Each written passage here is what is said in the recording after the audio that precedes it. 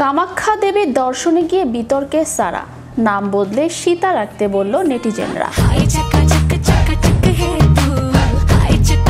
বলিউড অভিনেত্রী সারা আলী খানকে মাঝে মাঝে নানা মন্দির ও তীর্থস্থানে দেখা যায়। এর আগেও বিভিন্ন মন্দিরে পূজা পাঠ করেছেন তিনি। বলা বাহুল্য, পরিবার সূত্রে দুই ধর্মের আচার কম বেশি পালন করেন সাইফ অমৃতা কন্যা। এবার কামাখ্যা দেবীর দর্শন করতে আসামের গুয়াহাটি গিয়েছিলেন সারা। সেখান থেকে ইনস্টাগ্রামে বেশ কিছু ছবিও ভাগ করে নেন অভিনেত্রী। এক প্রতিবেদনে বলা হয়েছে, গুয়াহাটিতে সাদা পোশাকে দেখা যায় অভিনেত্রীকে। এছাড়াও তার পরনে ছিল সাদা চুড়িদার, সঙ্গে সাদা ওড়না দিয়ে মাথা ঢেকেছিলেন তিনি। পূজা পাঠের সময় সারার কপালে ছিল লাল সিঁদুর।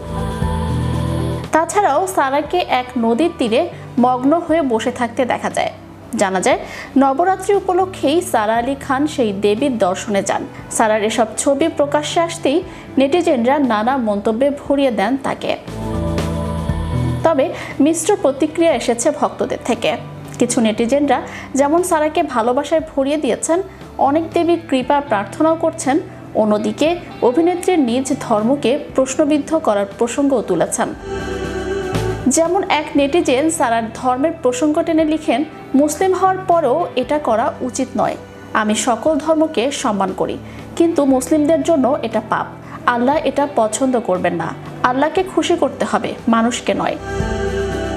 অন্য আরেকজন লিখেছেন, তুমি কেন ইসলামিক উৎসবের কোনো ছবি শেয়ার করো না?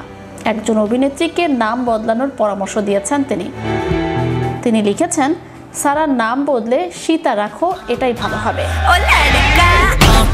চ্যানেল 52 বিনোদন ডেস্ক।